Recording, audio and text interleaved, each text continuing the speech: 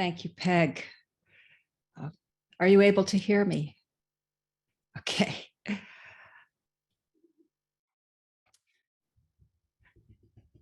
Wow. Welcome everyone to Thursday night talk at Mountain Cloud.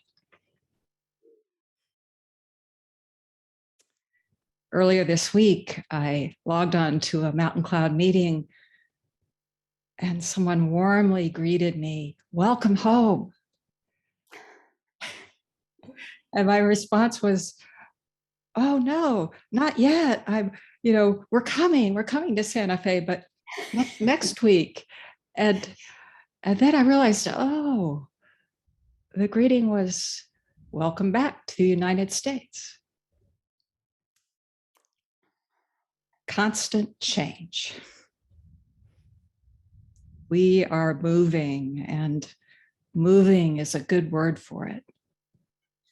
All this activity, and at the same time, so still. At our last Zazenkai, I had to look at the calendar. It was almost exactly a month ago.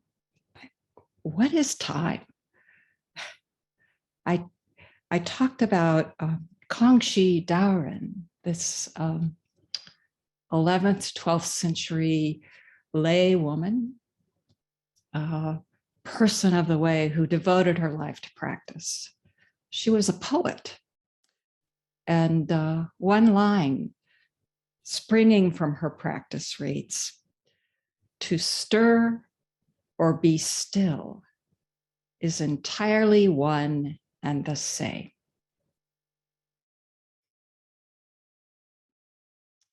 On awakening, Kangxi spontaneously recited a poem that started with these lines: "Self and other are never different.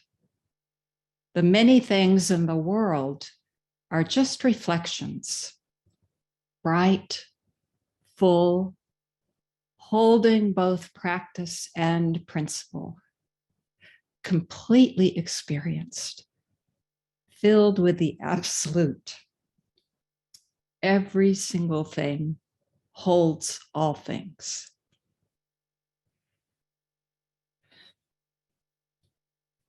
These teachings have been ready companions during this season of so much activity, sort of, walking from room to room, carrying things to pack or to give away or to toss. Every single thing holds all things. Each is all.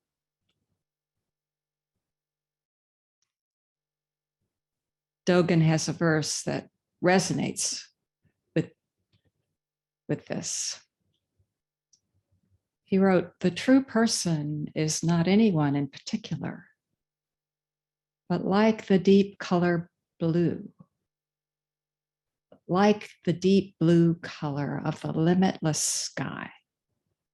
It is everyone, everywhere in the world." Each is all is one.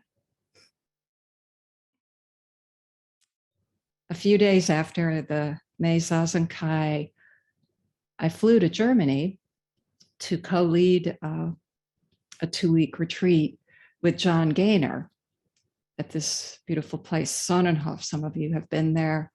Henry has been there many, many times. So John and I met up at Heathrow Airport and made the last leg of the journey together, arriving so helpfully a few days early. On one of those days, we went for a walk. It was quite a long walk, as it turned out, because we got lost. Very lost. Along the way, savoring the view, the day, the wildly awake world And now and then, trying to say something about it. What is this? I don't know.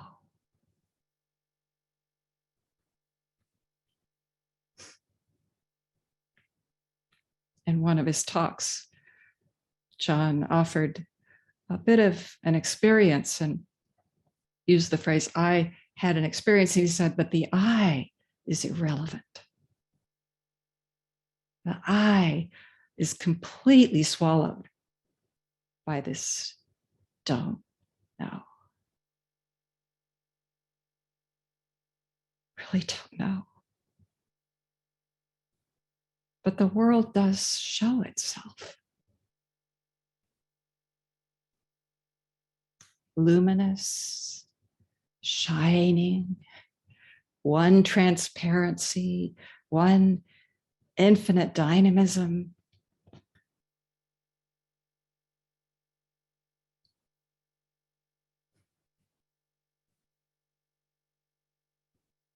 So we're walking through this, glorious mountain landscape. And John offered a quote from Unwon. It's a little cerebral, he said, not so typical of what we associate with Unwon. But the words leapt out at me. Unwon said, the manifestation of the great function knows no laws. The great function, what this is, what we are, the empty oneness that's Kangxi's world, where each fleeting reflection is complete, absolute, each is all. The great function, Dogen's true person, not pinned or fixed to any particularity, manifesting everywhere, like the deep blue color of the limitless sky. All is one.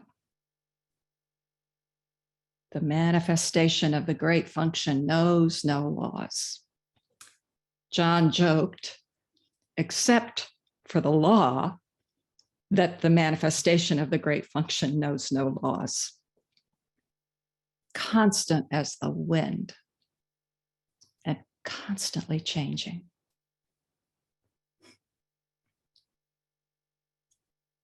So maybe it was the mountain landscape or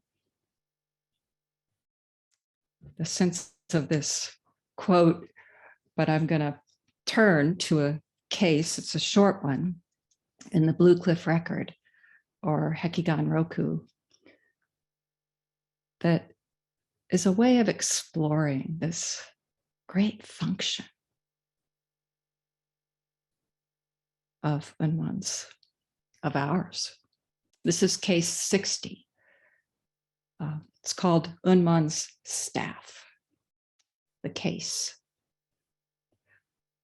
Unwon showed his staff to the assembly and said, this staff has changed into a dragon and has swallowed up heaven and earth.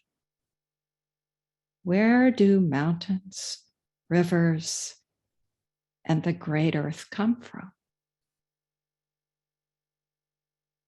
End of case. This is Unwon, this great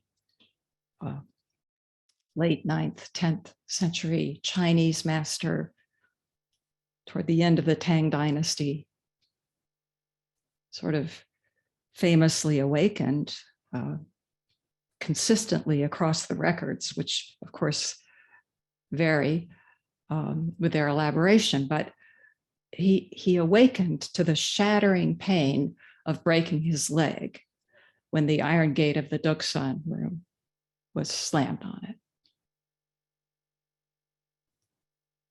just one shattering. Thoroughly awake.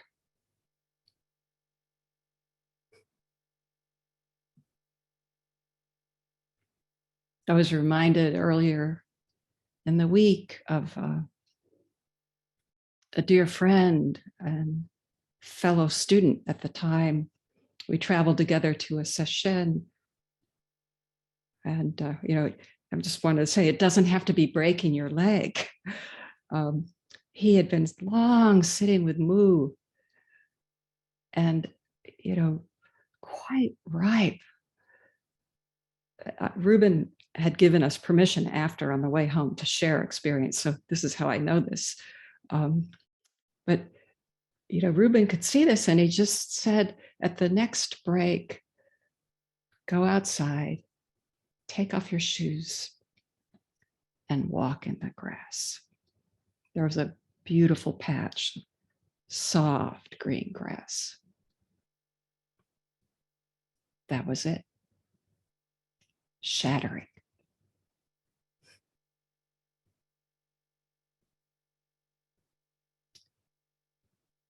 When Unwon comes up these days, this koan precedes every other koan for me somehow. This clearly came out of his realization of this great manifestation that every day is a good day.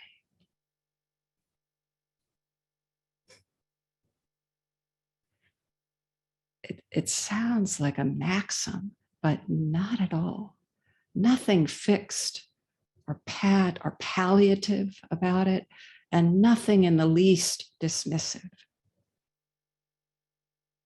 This is like a fulcrum or a solvent to melt or dislodge the notion of I, me, mine, that separate self that we set up at the center of our experience and then defend, understandably, against the onslaught of uncertainty. Every day is a good day. Exuding the equality of the Dharma, the intrinsic equanimity, this dynamism, this free functioning that is at the same time thoroughly, totally embodied.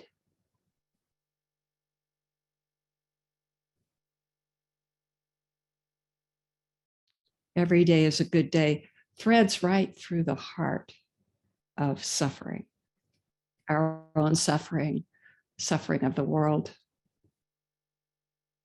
This is why it comes up so readily with Unwon. Our suffering, suffering of the world, not to, cannot be. This one body knows no laws, manifested. Practice and principle, practice realization, life, death, suffering, compassion. Last Sunday at OL, a student asked Henry a question about suffering. It was someone who was really struggling with suffering of the world, this, especially the suffering of the most vulnerable, just feeling overwhelmed, and how can I cope with this? I thought Henry wisely and kindly directed her to, or just invited self-compassion. We could all feel it, just soaked in it. Turn that light on yourself. Let it in. Then he said, there's another way. Widening the lens. The Buddha spoke, in an early sutra about how we see the world. We tend to see the world through like a long, thin bamboo. So just this much of it. And with this practice, that may gradually open until it just falls. The great function manifesting. So is Unwon speaking to this when he picks up his staff and says, this staff has changed into a dragon and has swallowed up heaven and earth.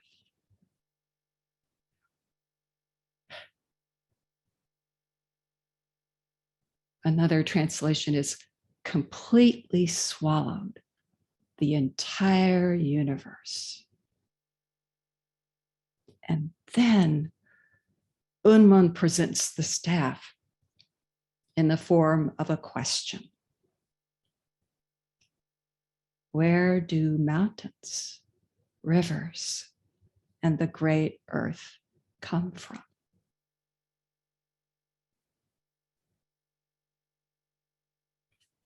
This staff has changed into a dragon and has swallowed up heaven and earth. This staff, this is constant change, but it need not change into a dragon to swallow everything. It's fluidity.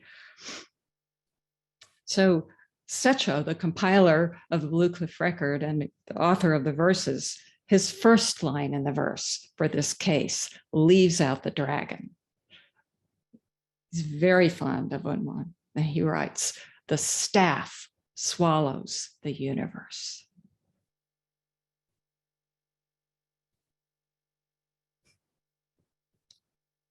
To face this stick.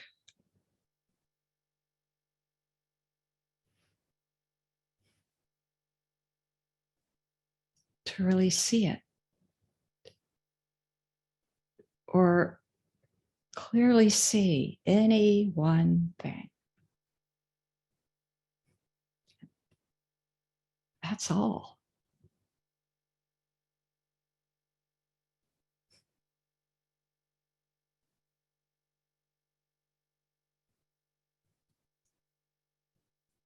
That's really Shakyamuni Buddha.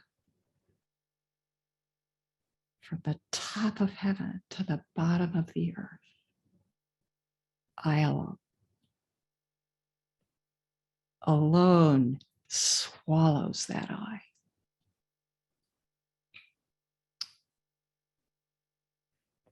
There's sort of a fun little detail in the case that follows this one. Case 61. Secho inserts a bracketed comment at the bottom of it. So it's a short case, different teacher, and then he brings in this staff. And he asks, is there anyone who lives and dies with this? Or there's another translation, are there any who live together and die together with this?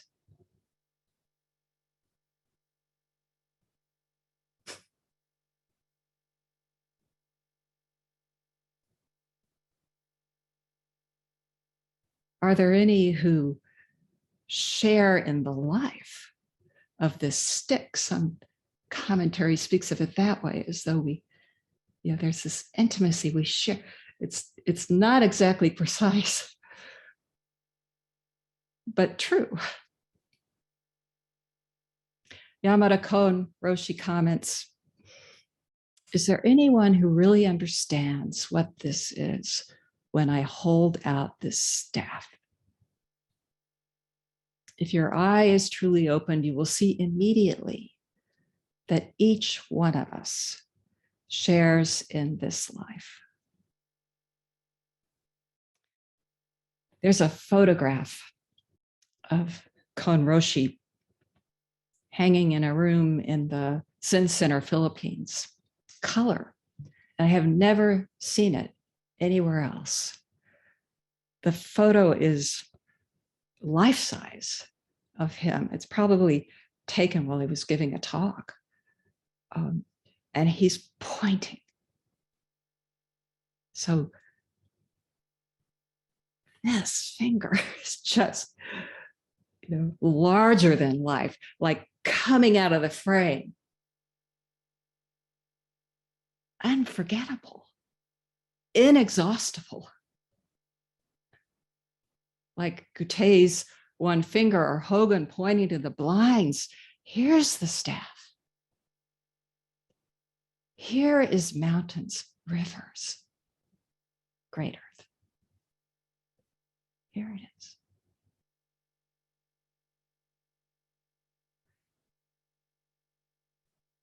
In his comment, Kon Roshi goes on to say, the phenomenal world, the world of things, and the essential world, this form and emptiness, the entirely empty, essential world, live and die together, one world. He was very fond of the saying, one is all is one. There is another way. I mean, not excluding that in any way, but sort of this intimate way that the world calls to us. We live and die together with this laptop, with this fan that's blowing, with the sound of gunshot, the cries of the world, with each expression of joy right there. Live and die together, even together, doesn't hold up. Life, death. This one freedom manifesting, one compassion.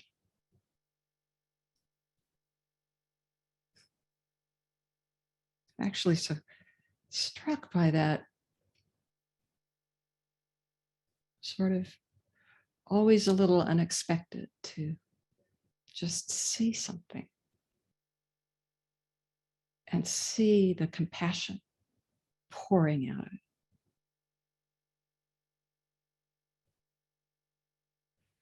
During the retreat at Sonnenhof, John and I took turns offering an evening sort of closing comment, end of day, a poem, a word of encouragement, a sort of mirror reflecting the deep stillness, the earnest practice, and boundless support.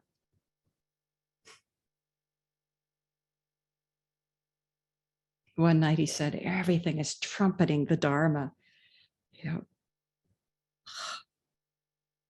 But on another night, he read one of Ryokan's death poems, just 3 lines.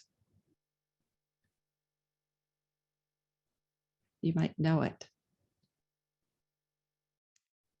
Showing its front, showing its back, a falling maple leaf. Showing its front, showing its back, a falling maple leaf. One student recently said, I can't do sides anymore.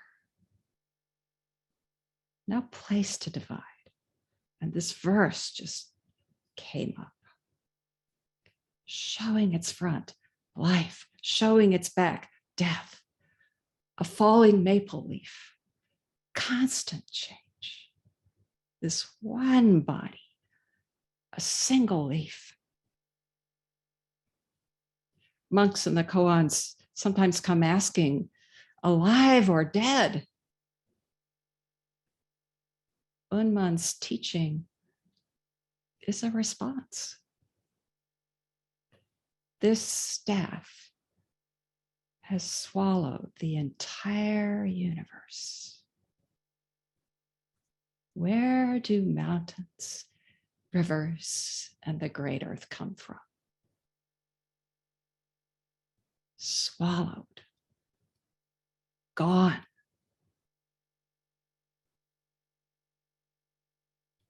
And yet, here we are.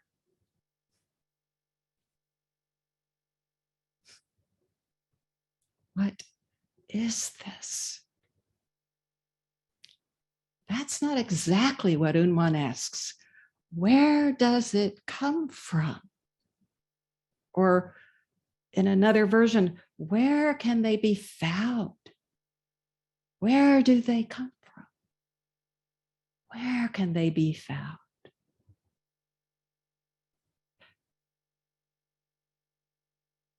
Mountains, rivers, great earth. Right there. Not only where do they come from, but how? Coming up right here, right now.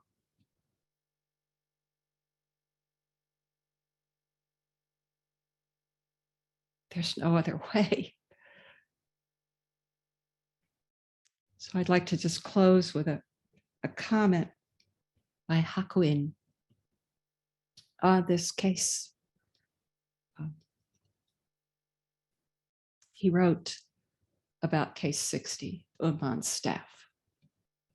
The example is extremely important, but there have been many misinterpretations of it since olden times.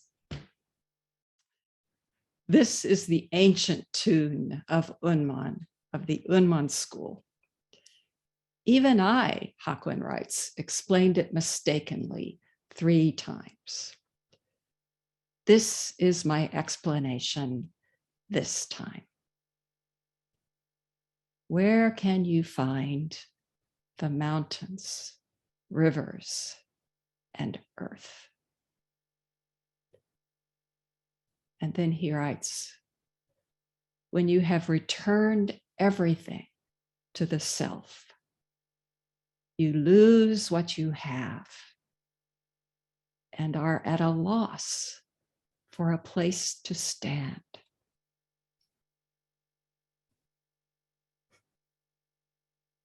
Such a wondrous loss.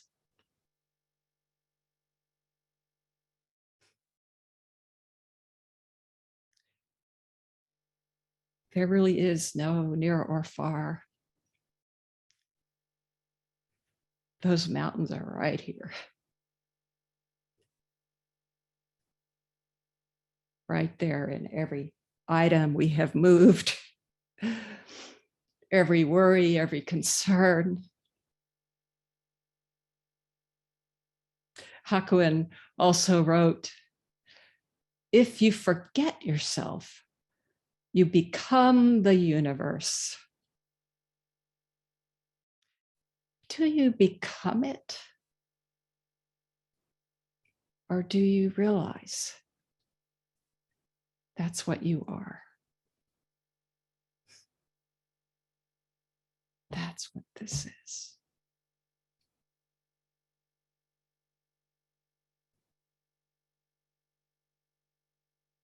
Mountains, rivers, the great earth.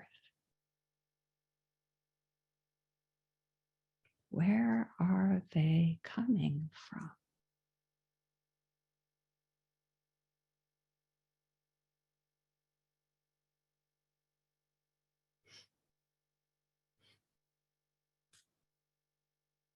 We so look forward to coming to Santa Fe, to coming to Mountain Cloud.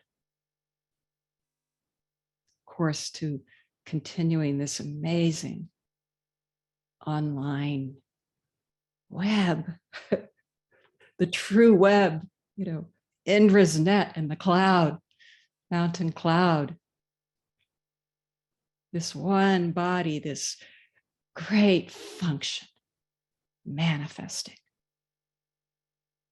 and exploring it together. So thank you so much for this shared practice. Thank you.